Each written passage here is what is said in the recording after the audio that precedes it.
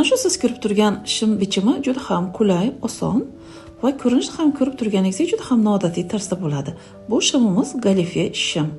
Ya'ni bu shimni biz andozasini to'liq siz bilan hozir o'rganib chiqamiz. Bu shimni andozasini tayyorlashimiz uchun oddiy klassik shim asos andozamiz kerak bo'ladi. Asos andozamizdan oldi va orqani ko'chirib olamiz va bizga yumshoq trikotaj matosi kerak bo'ladi.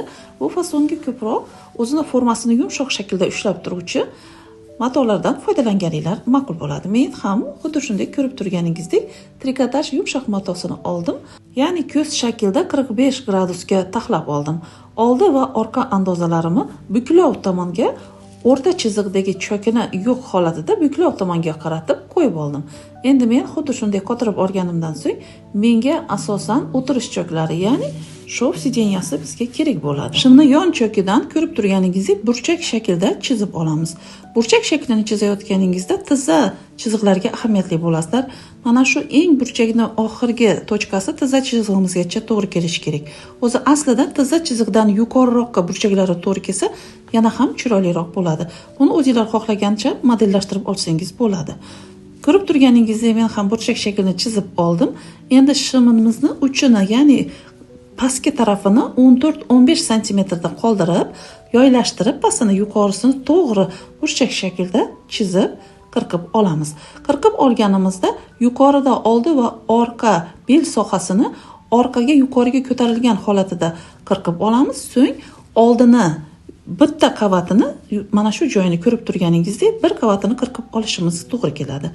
Keyingi bo'lagimizda bo'lsa mana shu uchburchak shaklda olgan oldi qismimizni keyingi bo'lakda pastki tarafidan qirqishimiz kerak. Nega deganda oldi va orqa detallarimiz ikki tarafda bir xil bo'lib qolmasligi uchun. Ko'rib turganingizdek men yuqori qismiga poyez shaklini qirqib olaman va orasiga rezinkani 4 cm enlikdagi rezinkani oraga qo'yib, aylantirib alohida poyezni tikib oldim. So'ng mana shu poyezimizni yuqori qismiga belbog' shaklida o'rnataman va bu rezinkalik shim tayyor bo'ladi. Bu shimimiz aytib o'tganimdek galife shimi hisoblanadi. Bu shim juda ham chiroyli ko'rinishda bo'ladi. Siz bemalol buni koftalar bilan, tunikalar bilan kiyishingiz mumkin. Koftalarni mana shunday ko'rib turganingizdek ustiga chiqargan holatda yoki ichiga kiritgan holatda har xil shaklda foydalanib kiysangiz bo'ladi. Va mana ko'rib turganingizdek biz Maryams metodi yordamida galife shimini tayyorlab oldik. Sizga Maryams metodi qiziqarli bo'lsa, albatta siz kurs so'zini yozib qoldiring. Onlayn darsliklarimiz haqida to'liq sizga ma'lumotni yuboramiz. Albatta Maryamsni kuzatishda davom eting. Like bosib, o'zingizni fikringizni yozib qoldiring.